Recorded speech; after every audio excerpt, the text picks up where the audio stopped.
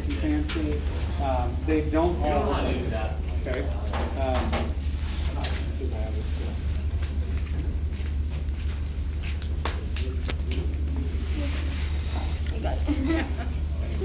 Okay, so I'm going to walk around and show you just a different example of another high flow. That's like Indication. So real basic, a heater, a pole, and a flow meter. And then basically, so here's another example. This is I see more of these around the valley than I do cable towers. Okay. And so this is simply just a heater. Okay, and I'll show you in a second on a pole. If you want to write this down so you can look it up too. Optiflow. So yeah, OPTI flow.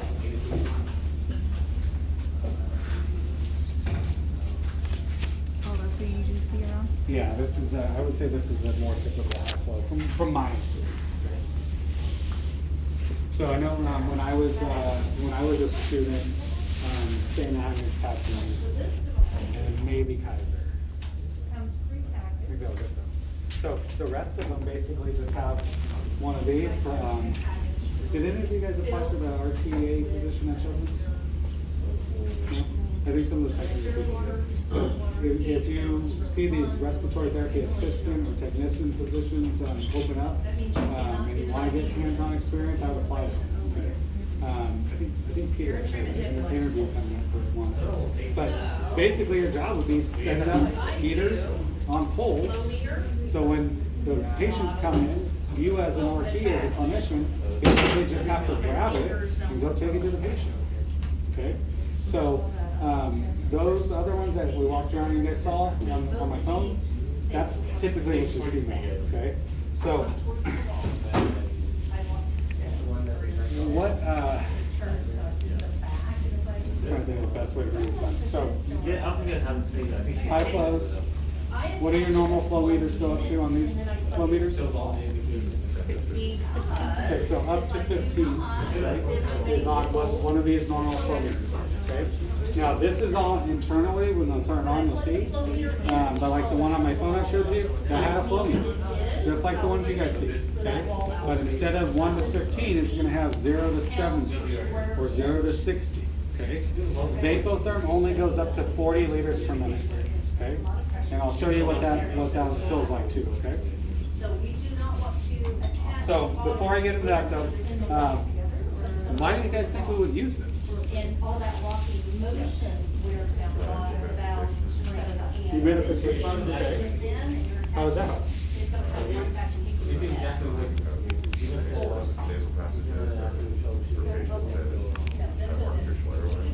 Okay, could be. Well, that's right. This wouldn't be that This patient, is though, right? aerosol hose tube. Because that's the chemist. Also known as Cardigan. Right? Just remember the valve. So, Like long-term nasal cannula usage. this is more okay, so let me relate this then. What are you guys trying to achieve with those other oxygen devices that you guys saw? What are you trying to fix? Oxygen? Is this the high, it's a high flow nasal? High flow nasal cannula. So what was your what was one indication for oxygen devices? And it's all one. So for the nasal What do you guys think? Shortness of breath. So less than 60 There you go. liters of mercury and or less than 90% ethane. Yeah, that's the stuff that you guys need to focus on, okay? Because an indication, right, we overthink it too much. You know, like, if I need to give oxygen, I need a reason to give it. And the reason is going to be what these clinical clues that you're finding at the bedside, right? And so if I had a low PaO2, That means where this stacks up. right, you could go to a physician very confidently and say, can I put my patient on oxygen? And they're probably going to look at you weird and be like, dude, you're the RT, like you should have had them on oxygen already. You know better than that. Like that's low, okay? That's why for most of the time you don't even have to contact a physician to put them on oxygen, because there's a standing order in place all the time. right? Because why are we gonna leave our patient hypoxic that whole time just to wait for the doctor to say, put them on oxygen? So most of the time, these are protocols that are in place already, and the physicians already say, since you're an RT and you have an RT license to practice medicine, right, wherever you're gonna be working, that you should be able to make this decision, right? Without me being there, without calling me, I trust you enough that you can do that, okay? And so you would document and chart, right, that patient had PaO2 or whatever, and so you put them on something.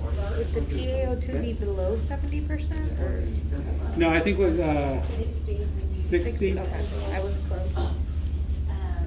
And honestly, for your board exam, they're gonna make it even easier for you. Anything less than 80, your patient's hypoxic. Okay. Have you guys learned levels of hypoxemia yet? Yeah. I don't even know. Yeah. Well, we should. Yeah, we've learned levels of them. Is it the Well, mild? just Mild, Mild? severe, Yeah, all the. mild, severe, moderate. We still So- we have to study it. Yeah, study it, okay? Because that's when I ask you guys about ABGs, and if there's a PaO2 on there, I'm expecting you to give me something. Okay, so if it's what's the new term that we learned this semester? If your PaO2 is between 80 and 100, which is what? Normal. Normal, Okay, yeah. good job. Normal. Okay. So if it's normal, it's called normoxemia. Normoxemia. I don't know, right? I've never heard that term used once, but I read it in a book, and that's the term. Okay?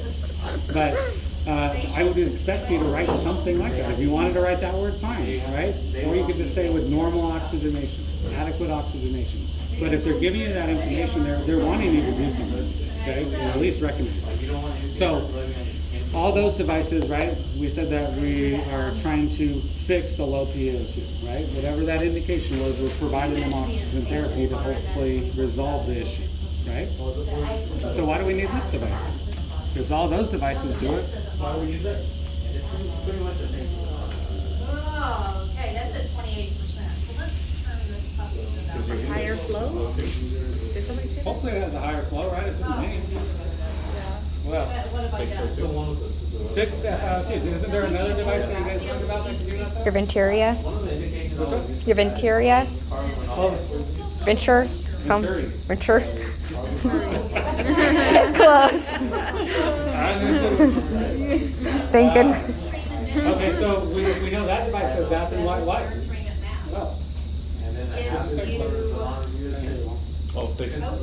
Fixed FiO2. So there's another device that does that, so what? Pulling in more air. What does that do to your total flow? Dehumidifier? Humidifier? It's portable. Could be portable, If you yeah. had more room here, Could be. okay, Ish. this is 28%, hold on. Hear that? Okay, so again, with those other devices, we're trying to fix a clinical problem, right? So what if none of them fix it? All the way.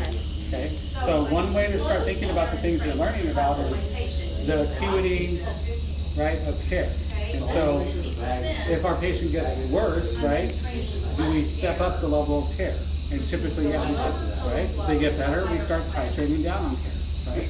So think of, and this is just how I introduce this because you guys were just talking about oxygen, okay? So this is also an oxygen device, okay? So we'll focus on that first for now, and then we'll talk about the other features, okay? So you can deliver a precise FiO2, okay? It's got oxygen, tubing, and medical air. Why? Tell me a complication with What it, carbon monoxide does is takes out. or a hazard. Has metal tubing and what? Okay. Would you say metal tubing and what? No, I said we have oxygen, and then we have medical air. Oh, medical air. So why do we have the two gases? Giving a lot. Again, don't overthink. For a higher flow? For Not flow, higher oxygen? oxygen. Okay, so we can set what you guys were talking about, a precise FiO2, right? Because all this green right here, all 100%.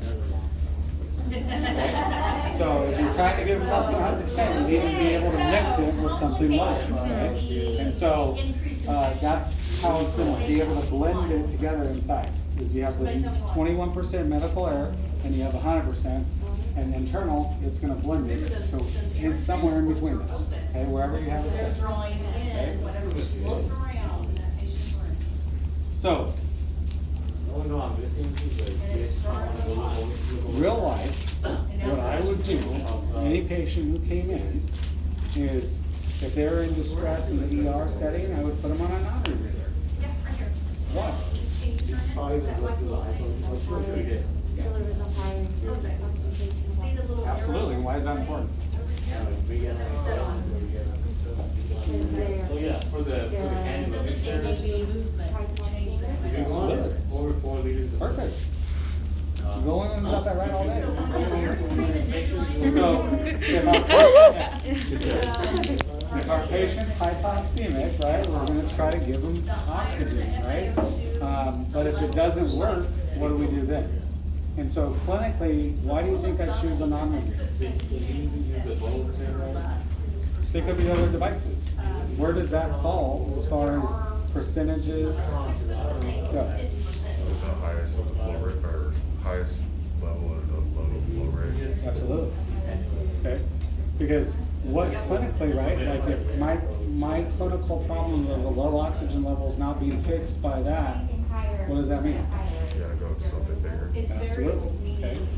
Because think of the opposite now. Let's say you started at the lowest acuity device you have. So we would Let's have say to with a cannula, use, this is an right? And what if that doesn't fix it? An example of. They're hypoxic that whole time. How long are you gonna try the cannula? Who knows? But it Right? would read 21%. Okay, well, that didn't work. Well, what's next?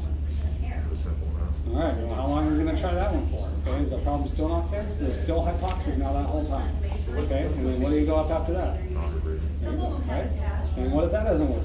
Right, now they've been hypoxic that whole time. So clinically, I'm just gonna throw them on non-rebreather. If it fixes the oxygenation issue, then I know I can just titrate down. This is what it says. Right, but if I know if it doesn't fix it, then I need to do something quick, right, because this patient's gonna fail. So that's when we would start considering the high flow, or a different device, Good, okay? how long? Does that make sense for everyone? Well, that's gonna be the main one. Okay. Probably, but the whole thing's on. Okay, so I'm gonna pause right there, okay, because that's how I related this device to what you guys were kind of really learning, okay? So the first feature was just oxygen, okay? Now I want you guys to write this down, and I don't know if I told you this already, but clinically, in real life, it's not this simple, but start, okay? For your board exam, it is exactly this simple, okay? You have 4 vital life functions that you need to think about with every single patient you come across. Alright, so, Okay, and I'm gonna tell you in their importance and by in order, okay?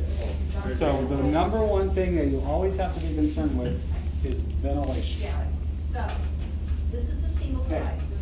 Let's say my patient is So, at 40%.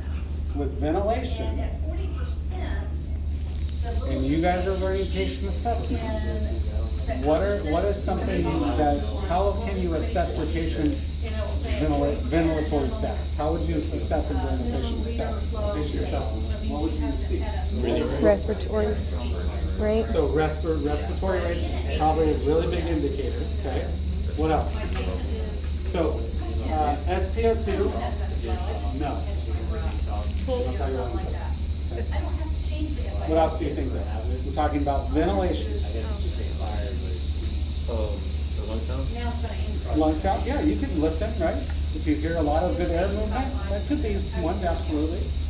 The most. Either it's good or it's not. Now, this is another way that I want you to think about this. So, if you were on the job already, and you were worried about your patient's ventilatory status, okay, and what is ventilation? Let's start with that. Sometimes I just blow past this thinking that everyone knows it. Movement of air. Movement of air in and out of the lungs. That's ventilation, okay?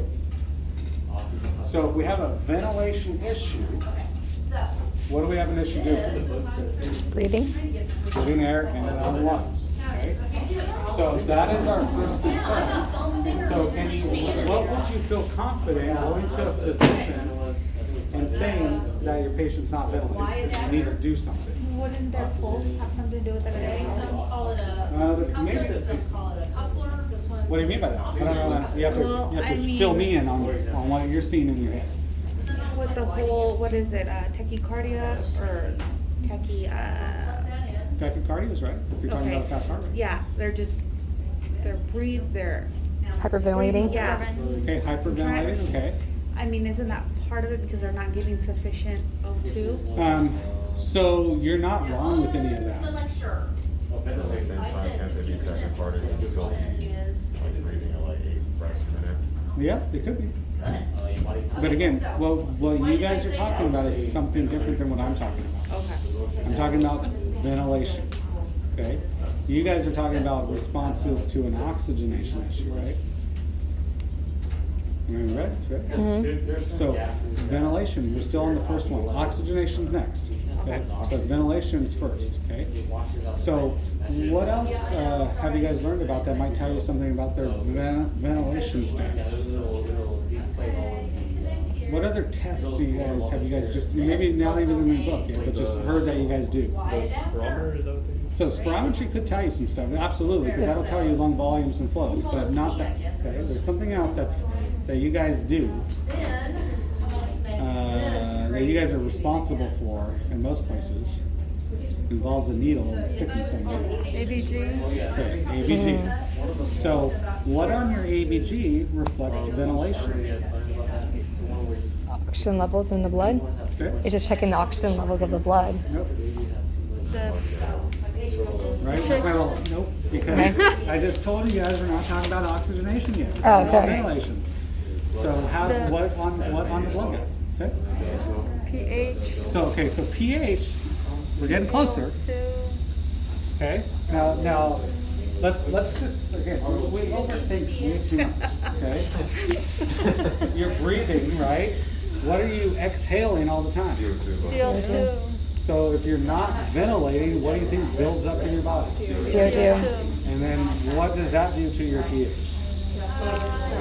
It decreases it. Acidotic. Okay. We overthink it. You stop breathing, right? CO2 builds up, right? You become more acidotic. Okay. So CO2 is a very, that's probably what you're going to get the most all the time in school and on your board exam when we're trying to get you to think about ventilation. Okay? And so, how do you know if it's high? Okay. So let's just say that my patient. Okay, well, you get a blood gas, you get a little printout. How do you know it's high? The CO2? 60%. How do you know it's high? Gotta know levels. You gotta know normal. Yeah, I gotta know levels. That's it, okay? Now, I'm gonna sound like a broken record because you're gonna hear that until you graduate from me. Okay? So, what's normal? Like 70 through 100 millimeters of mercury for the PaO2? No, we're talking about CO2 levels. Oh, CO2. Ventilation. We got through that? I don't think we have. I don't remember. What's pH? 1 to 14? 1, 35 to Well, 45? that's the whole range, but what's our normal physiological range? 7. For 7. pH? I think Yeah, it's pH. 7. It's 7.35 through 7.45. There you And go. then PaCO2. Okay, hold on. So say pH again. brother. pH is 7.35 through 7.45. That's the norm. So then the pH, What was normal again? so the normal pH, it's 7.35 through 7.45. Thank you. And then so from there you can, it kind of helps me for PaCO2 would be 35 through 45. Perfect. So it's similar to the pH. You get what I mean? Like, That's what I've been saying all day too. Just drop the sevens. 35, 45. Okay. So from now on, because we're all going to talk out those tablets at some point with each other. But from now on, when you talk to me and I talk to you guys, and I talk about ventilation issues, you guys should automatically get it? always start thinking about CO2. Okay. 7.35 to 7.45 is your normal pH levels. And then from your PA levels, it's 35 to 45. So you're just dropping the 7, and that's how you're going to memorize that it's. it's just a way to memorize it. Yeah. So she's dropping the, see how it's 35 and 45 at the very end? So you're just dropping the 7s, and that's how you know that's the normal PA level. And then that's millimeters of mercury? or torque, whatever the something. That helps. Yeah. Okay. Because your acidic levels are at You know, a 1 to lot of 14 this too, and guys, 7 is to just, this is my opportunity to talk about high flow, but also talk about some of this, because this is all the stuff that we talk about in our class next semester, and it's hard for a lot of people, because a lot of the stuff, and we're not even into the other two things yet, but a lot of the stuff that in the physiology class, right, is stuff that you can't see, right, it's happening inside of you, and so, you have to kind of just, whatever your notes, or however you can make it click, but some of the stuff you just kind of have to visualize it in your head and understand kind of what's going on. Okay, so let's keep going. So that was ventilation. Okay, that was the first one. Okay, so other things that like one, you said PFTs. You right, if you a pulmonary function test, you could absolutely tell if someone's ventilating because you're going to get a volume, right? And if it's not appropriate for them, you know they're underventilating. So there are bedside PFT measurements that you guys will learn about that will also clinically tell you if your patient's ventilating or not. But the most often one you're going to get is just a blood gas result, okay? And they're going to want you to look at CO2 first, okay? Now, second one is oxygenation, okay? That's your second vital life function. So, clinically then at the bedside, how would you assess that? SpO2 is a quick and easy one, right? Non-invasive, perfect. What about what else? What's the more invasive version? Blood gas. And you would look at the PaO2. Okay. Now, ABG result, PaO2, that would be how you would assess oxygenation. And then You your could walk SpO2. in, right? And if your patient's blue, But I didn't get it's going to tell you something about their oxygenation, right? So color, right? All those other things that you guys talked about, and how your body compensates, those are all different ways that you would see that at the bedside, okay? What was what we were looking for? Like, ventilation, but what was this term? Oxygenation. Oxygenation. Okay. Now the challenge that I gave every group, and so this is going to be your challenge too. I'm going to have you guys write down number 3 and 4. Okay. So number 3 is circulation, and number 4 is perfusion. Okay. So now your guys' job when you go back and review is to find out with patient assessment how you would assess those two. Okay. Because those are going to be the little subtle things that they're going to just give you pieces of information, and they're going to be expecting you to realize my cap refill, right? So like if you look at my cap refill, I squeeze my finger, and you guys can all do this yourself and see if you have some issues going on. But if you squeeze it, right, and you let go, yeah, it should kink up pretty quick, right? That means you have good perfusion. Okay. And now if you do that, right, it takes 5 or 6 seconds to kink back up. That's bad perfusion. Okay. And so you're gonna, right, those are little things, right, where especially when you go out to clinicals, you're probably not going to see the RTs doing cap refills very often. Okay. But this is it's a basic patient assessment skill that you guys do know how to do it, and it can tell you information. But sometimes, your preceptors are not going to be doing that. So then in your guys' head, it's like, oh, well, we don't need to know that, or it's not that important. But this could be a real simple thing that's going to help you identify the problem, that you might catch it first. So just these things are important. For that reason, in real life, for your board exam, they're going to give you just basic stuff like cap refill 6 seconds. And then again, you have to know that what normal is, and then you'll see that that's not normal. And so then what do you do? Where does that point you as far as trying to find an answer to your clinical problem? Okay? So those are the 4. Okay? But every problem you go into, that's how your board exam is going to want you to start thinking about it. Because ventilation is an issue, right? We don't care about oxygenation, right? We're going to put this.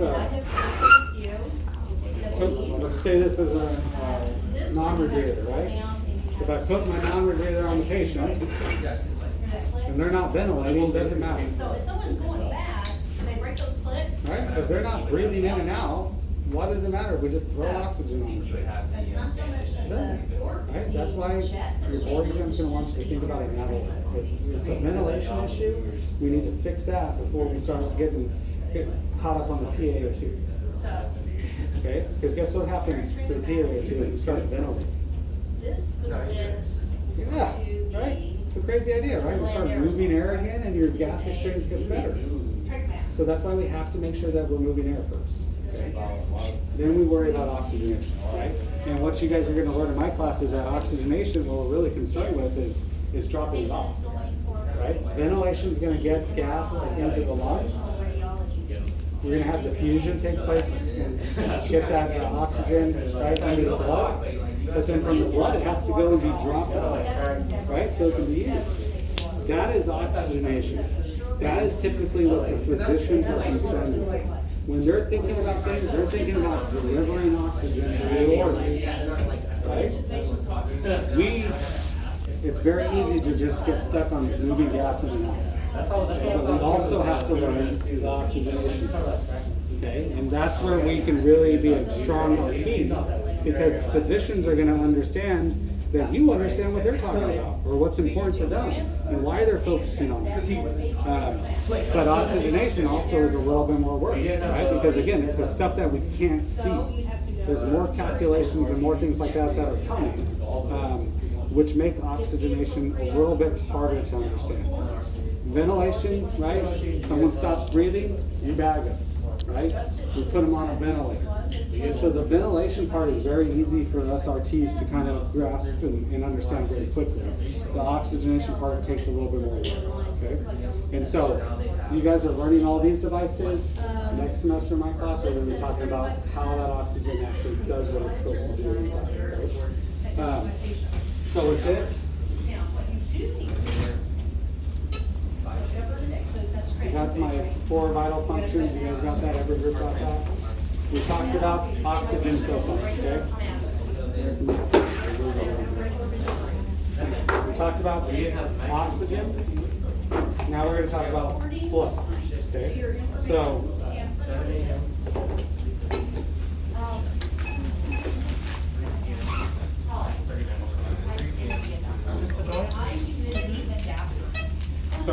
why is flow? Why do you think flow would be important?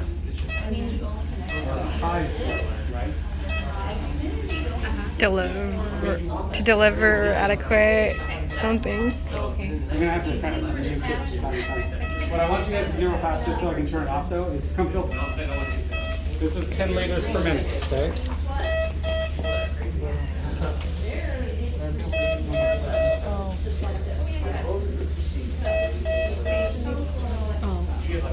You guys are all scared, huh? So that's 10 liters, okay? Wait, don't stay down. And then we'll turn it off so we don't have to hear it beeping. Okay, now fill 40. Don't even need to fill it, you can hear it. You gotta fill it. Oh, wow. You gotta fill it. That'll blow your nose out. Okay, so one thing, we're going to talk about a lot of stuff right now, okay, but you guys felt that, right? Does it feel like it's pushing on your skin at all? Yeah. That's called pressure, okay? So this is going to have what we call a CPAP effect. Have you guys heard of CPAP effect? Yeah, I've seen CPAP machines. So continuous positive airway pressure, okay? So, right, if this was in your nose, and you had your mouth closed and you were just breathing in and out of your nose, it would help you breathe some in, but then you'd have to breathe against all this pressure. So just like what's pushing against your hand, you have to breathe against that, okay? That has a positive effect for your patient, okay? The CPAP effect is basically that pressure that's going to help open up the alveoli a little bit more, okay? Now, it's not as good as a real CPAP device, okay? But it does have a very similar effect when you're at high flow, okay? But now, depending on what research you look at, like if my if I was still having a hard time oxygenating with this device, I probably wouldn't just keep trying to go up that high flow if I really need the pressure. Because the pressure is a lot easier to be delivered if you had a mask with a real CPAP pressure. Okay? Because this, you might have it set at 40, but you might only be getting maybe 2 or 3 centimeters of water pressure of pressure, CPAP. And so, yeah, there's no seal, right? It's non-invasive.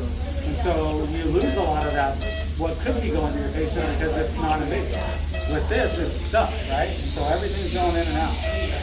So you said it's the back pressure is what opens the Yeah. alveoli? Right, and think of pursed lip breathing, right? You're blowing against the closed lip, right? And that back pressure kind of helps to open your lungs. This is just pressure that's actually being blown in though that we have to overcome. Okay? So, flow helps with the CPAP effect. That's one benefit. Okay? Now I'm going to turn this off with that. I'm going to go back to this guy. Okay. So the other benefit of the flow. Now this is definitely stuff that we will be talking about next semester. Think about how you're breathing right now. Okay, just normal breathing. Okay. Now when you inhale, what type of gas or where does the gas come from that hits your alveoli first? Yeah, that's a deep question. From the bronchi? Okay, so what do you mean by that? Who's showing you?